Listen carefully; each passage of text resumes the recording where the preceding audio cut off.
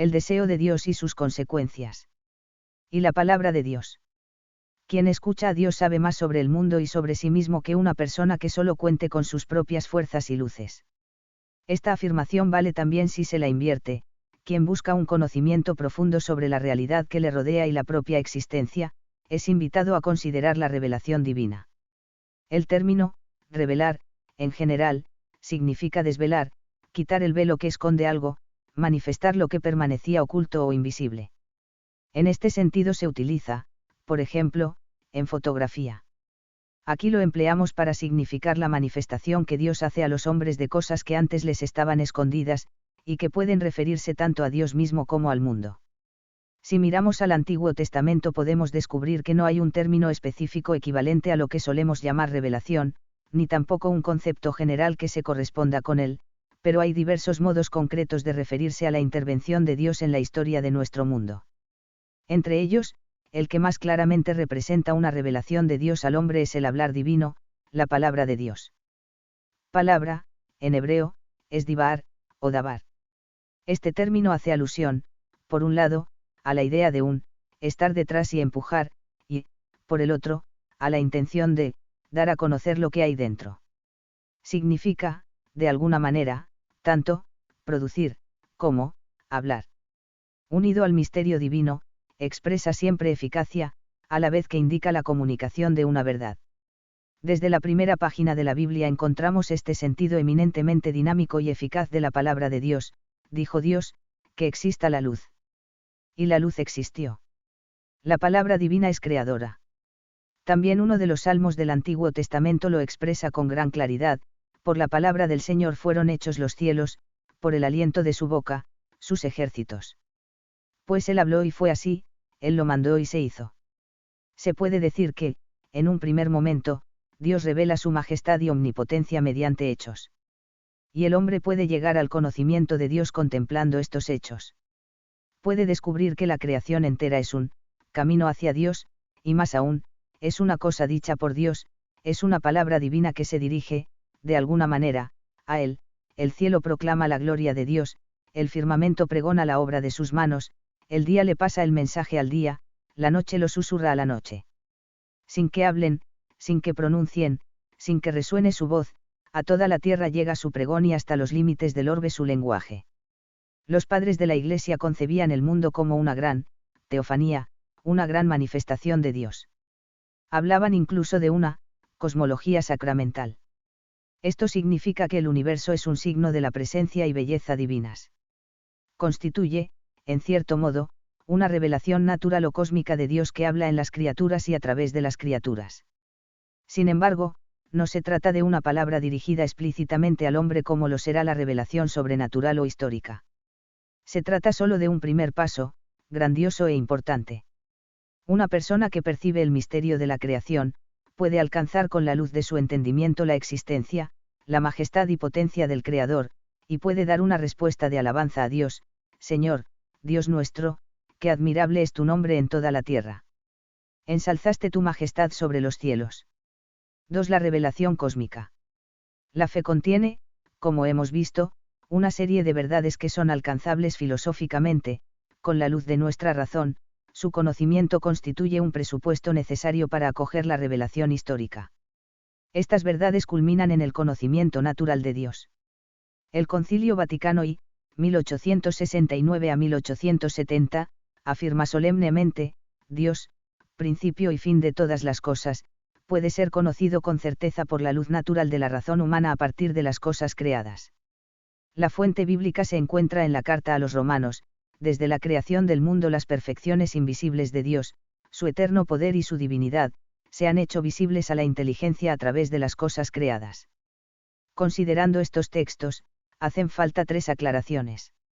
En primer lugar, al hablar de las cosas creadas, hay que tener en cuenta que las personas que llegan al conocimiento de Dios a través de la naturaleza, no la perciben como creada, al principio, sino solo al final de sus reflexiones. Parten del mundo, no de Dios. En segundo lugar, el concilio tuvo conciencia de las dificultades para conocer a Dios en la situación actual del género humano. Por eso no enseña que todos los hombres conocen a Dios con seguridad, e incluso tampoco dice que haya habido alguna vez hombres que han conocido a Dios con absoluta certeza sin la ayuda de la revelación. Solo enseña que se puede conocer a Dios a partir del mundo con la ayuda de la razón. El concilio quiso sostener con esto que a cualquier hombre se le puede hablar de Dios con sentido. No hay contradicción alguna entre fe y razón, porque en la verdad revelada encontramos al mismo Dios que descubrimos como creador del mundo cuando reflexionamos sobre la realidad. En tercer lugar, el Dios que alcanzan nuestras meras fuerzas naturales, es el fundamento del mundo, un incondicionado y absoluto. Pero no es directamente el Dios vivo y personal que nos atestigua la Biblia, no se le puede denominar con un nombre personal, sino solo con conceptos abstractos. Al Dios de los filósofos, no se le puede rezar. No obstante, la idea filosófica de Dios como fundamento último de la realidad desempeña una función importante. Puede facilitar vías de comprensión de la fe y poner de manifiesto que la fe en Dios, por mucho que supere el pensamiento puro, no es en absoluto irracional. A veces debemos seguir un largo camino para llegar a descubrir un paisaje. Igualmente, en las vías del conocimiento de Dios tenemos que estar dispuestos a caminar, a abandonar los propios prejuicios y a abrirnos al misterio de Dios. Pero aún así, no podríamos formular la pregunta sobre Dios si nunca hubiéramos oído hablar de Él, si su realidad no se hubiera hecho presente en nuestro interior, si no hubiéramos tenido algún tipo de experiencia del absoluto. Las llamadas pruebas, que muestran la racionalidad de la fe en Dios, por lo tanto, no sustituyen la fe por un saber, sino que, a la inversa, invitan a la fe, fortalecen en la fe y dan razón de ella. Nos llevan a reconocer la existencia de una vía realmente preparatoria para la fe, que puede desembocar en la acogida de la revelación. Cuando tenemos en cuenta los propios principios y la autonomía de la razón, podemos confiar en que la fe hallará siempre sólida confirmación en la experiencia humana y en el pensamiento. ¿Cómo podemos llegar entonces a Dios mediante la razón? Se distinguen comúnmente dos grandes caminos, a través del mundo y del hombre. Uno, el camino a partir del mundo. La primera forma, la más antigua, de las pruebas de Dios se basa en la realidad del mundo. Podemos observar que nuestro mundo está en constante movimiento y en cambio permanente. Ahora bien, todo lo que se mueve es movido por otro.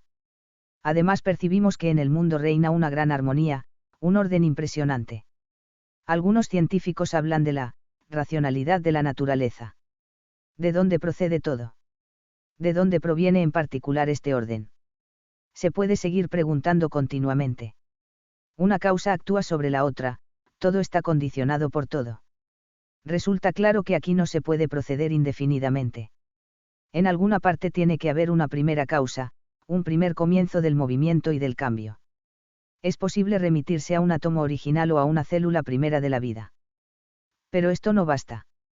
Porque ¿de dónde procede este principio y de dónde recibe esa inmensa energía para hacer salir de sí toda la evolución posterior? No se trata solamente de explicar cómo ha llegado a ser el mundo. Sobre esto puede decir muchas cosas la ciencia actual. Se trata de explicar también por qué hay algo en general. Si se remite aquí solo a la materia original, nada se explica. ¿Por qué no se explica la materia original por sí misma? La materia está sometida al cambio y, por lo tanto, es sumamente imperfecta. El fundamento último solo puede ser algo que sea en sí perfecto y completo, que exista por sí mismo como la plenitud más pura del ser y de la vida. Pero es esto justamente lo que pensamos cuando hablamos de Dios. Solo en Dios tiene la realidad del mundo su fundamento, sin él carecería de razón de ser y, en consecuencia, de sentido. Sin él, en definitiva, nada existiría. Como la realidad existe y como presenta un orden con sentido, tiene también sentido creer que Dios existe como fundamento del ser y del orden del mundo. Si alguien tuviera un gran saco lleno de letras de plástico y lo vaciara, todas las letras caerían en un montón. Puede ser que, por casualidad, caigan de tal manera que aparezca sobre el suelo una gran obra literaria, por ejemplo el Don Quijote, de Cervantes. Una persona que niega la creación, acepta esto y mucho más. Ciertamente, podemos gozar de la armonía profunda del universo en que vivimos. En él podemos admirar su orden esencial, pues estamos seguros de la órbita que recorrerán los astros una y otra vez. Sin embargo, somos cada vez más conscientes de que no conocemos todas las leyes de la naturaleza. Podemos observar también una cierta tensión existente en el universo. Durante millones de años, un número significativo de factores de inseguridad han tenido un rol importante en el desarrollo del cosmos y lo seguirán teniendo. En el universo observamos continuamente cambios y modificaciones, hay explosiones que originan ininterrumpidamente nuevas síntesis. La creación divina sobrepasa nuestra capacidad de comprensión y manifiesta una grandiosa libertad. La opción por Dios significa una opción por la libertad y contra el primado de la materia. El que cree en Dios afirma que el espíritu y la libertad no aparecen solo al final de una larga evolución, sino que están ya en el comienzo, e incluso que el espíritu libre es el poder que todo lo hace, todo lo sostiene, todo lo determina y todo lo ordena según medida, número y peso. El espíritu de Dios está en el fondo de lo creado. Todo está lleno de misterio, advierte Orígenes.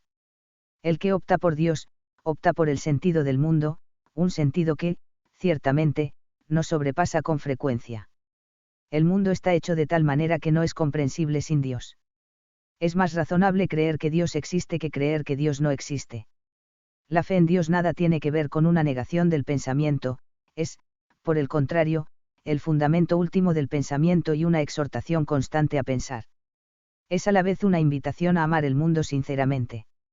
El escritor ruso Dostoyevsky dice en su obra Los hermanos Karamazov: Hermanos míos, amad a toda la creación en su conjunto y en sus elementos, cada hoja, cada rayo, los animales, las plantas. Y, amando cada cosa, comprenderéis el misterio divino de las cosas.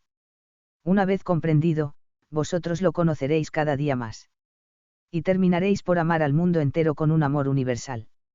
Y San Basilio afirma: quiero despertar en ti una profunda admiración hacia la creación, para que tú, en todo lugar, contemplando las plantas y las flores, seas presa de un vivo recuerdo del Creador.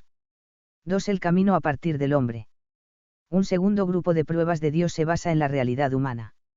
El hombre es un ser finito, dependiente y amenazado por la naturaleza que le rodea, sujeto a la muerte. Nuestra finitud se manifiesta, por ejemplo, en que nunca podemos poner punto final a nuestras preguntas. Toda respuesta suscita nuevos interrogantes. Estamos continuamente aprendiendo. Nuestra ignorancia parece cada vez mayor que nuestro saber. Con especial intensidad se plantea la pregunta por el sentido del hombre en la experiencia del sufrimiento, ya sea el sufrimiento propio o el ajeno, en la enfermedad incurable, en la preocupación, la soledad o el fracaso. ¿Qué sentido tiene que tantos hombres sufran sin culpa? ¿Por qué hay tanta hambre, tanta miseria e injusticia en el mundo? ¿Por qué tanto odio, envidia, mentira y violencia? Por último, la experiencia de la muerte nos puede paralizar, por ejemplo, cuando un amigo, un conocido o familiar se va de entre nosotros, o cuando nos enfrentamos con la idea de nuestra propia muerte. A veces nos sentimos completamente solos ante nuestra libertad y responsabilidad. ¿Qué hay después de la muerte? ¿De dónde vengo, a dónde voy? ¿Qué queda de aquello por lo que he trabajado tanto?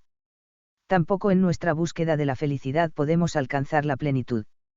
Es cierto que hay momentos en los que nos sentimos sumamente satisfechos, cuando nos sale bien un trabajo, cuando estamos con una persona querida, al realizar una buena obra, en el sacrificio por los demás, en el deporte y en el juego, el arte y la ciencia. Pero pronto comprobamos que estos momentos pasan, son como una promesa que nunca acaba de cumplirse. La felicidad puede desvanecerse en el momento menos pensando. Pueden producirse desengaños amargos. Cuando hemos conseguido una meta podemos sentir una cierta frustración, no es esto lo que hemos buscado, sino mucho más.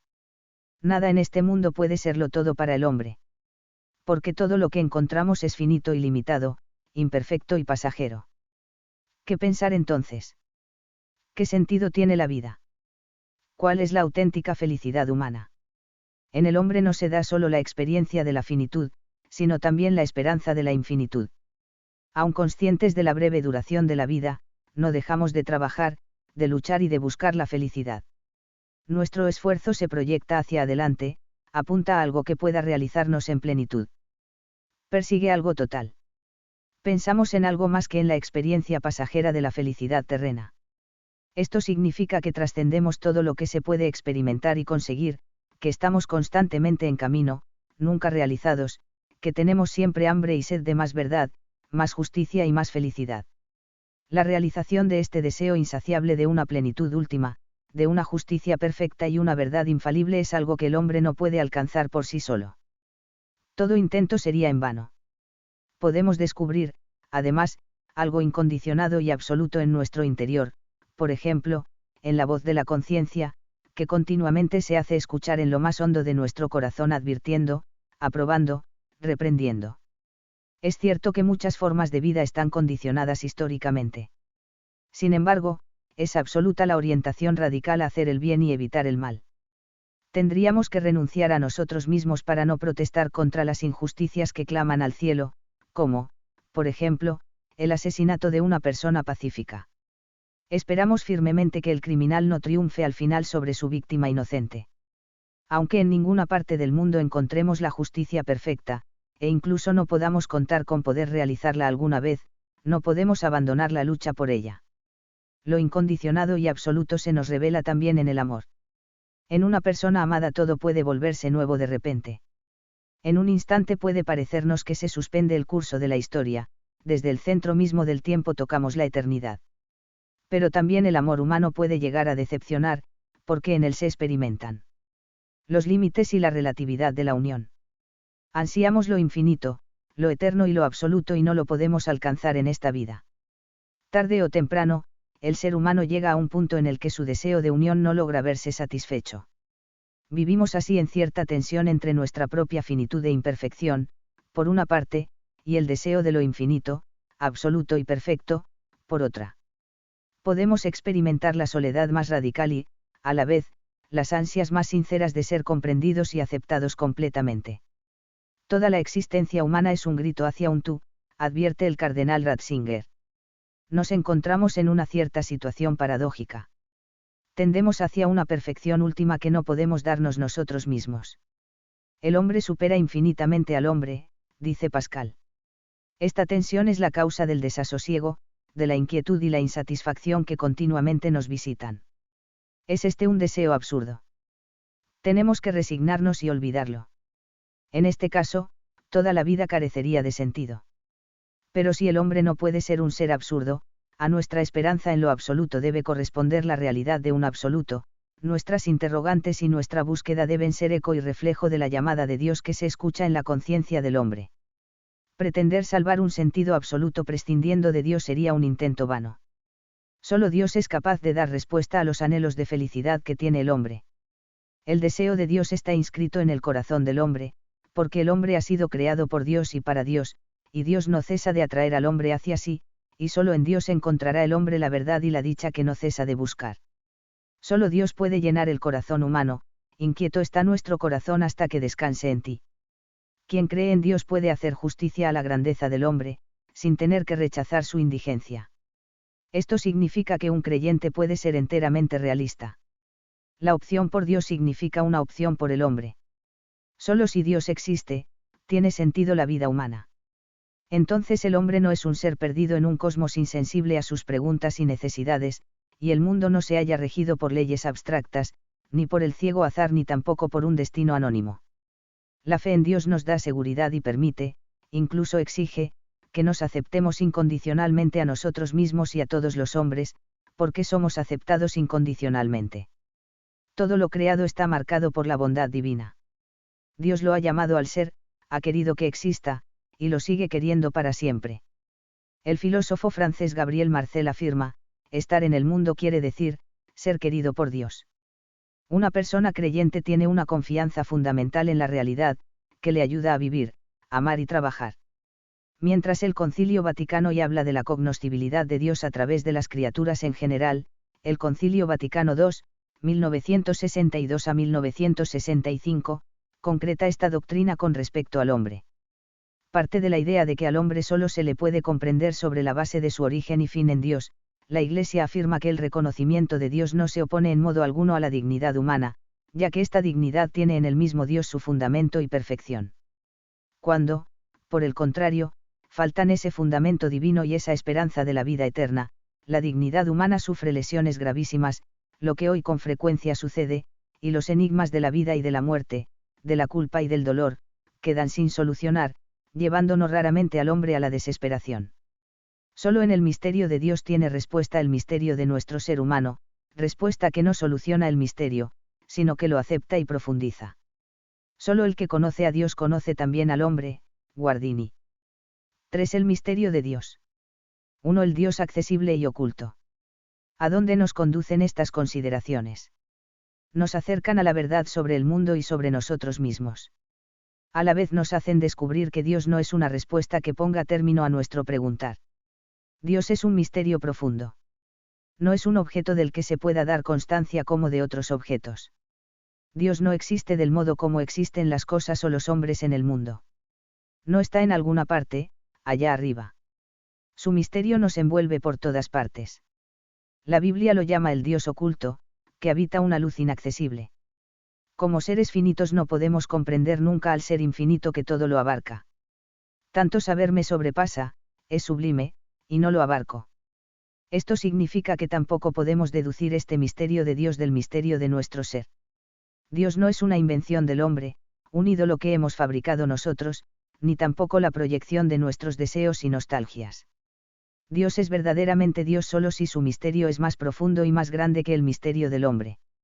San Pablo confiesa, qué abismo de generosidad, de sabiduría y de conocimiento el de Dios.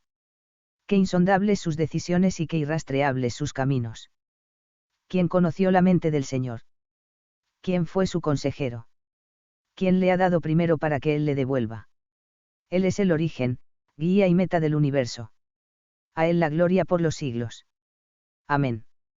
Ante el misterio de Dios deben renovarse una y otra vez nuestras representaciones humanas de la divinidad. Por eso tenemos que rehacer el camino siempre de nuevo y ahondar continuamente en el conocimiento de Dios.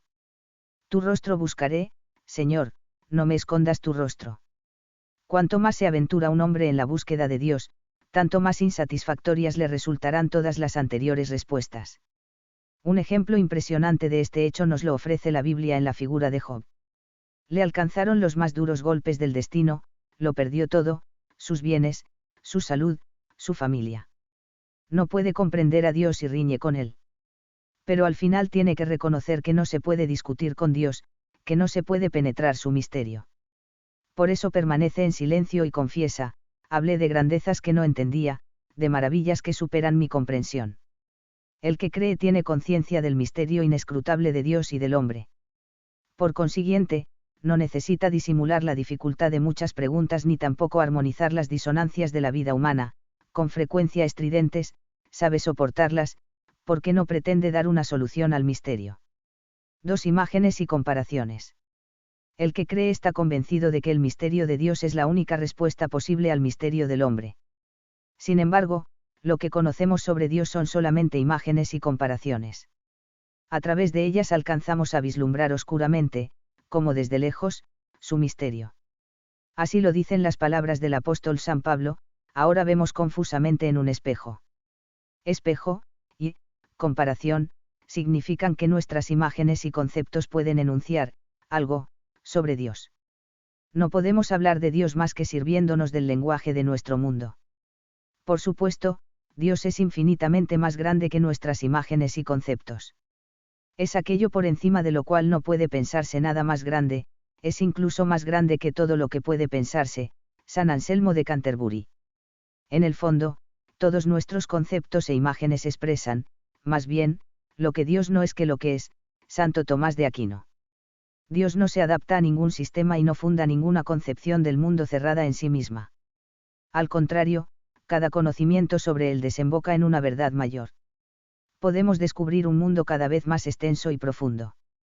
La fe en Dios hace saltar todos los esquemas de nuestras concepciones de la vida, para hacerle sitio al misterio cada vez más grande de Dios y del hombre. Por eso, el Concilio IV de Letrán, 1215, proclamó, entre el Creador y la criatura no puede señalarse una semejanza, sin ver que la desemejanza es aún mayor. Puede ayudarnos recordar que ese concilio describió todo nuestro conocimiento sobre Dios como análogo. El término griego analogía, que aparece en el original bíblico del libro de la sabiduría, puede significar proporción, parecido y concordancia, y también plenitud. Si decimos, por ejemplo, que Dios es nuestro Padre, expresamos de alguna manera que Dios es Padre en el sentido más profundo y más auténtico de la palabra. Es un Padre infinitamente bueno, justo y cariñoso, mucho más que todos los padres buenos de este mundo. Es, realmente, el Dios de ternura y de gracia, lento a la ira y rico en misericordia y fidelidad. Todo lo que nosotros decimos y pensamos de Dios solo resulta válido cuando se afirma en un sentido enteramente único, infinitamente perfecto.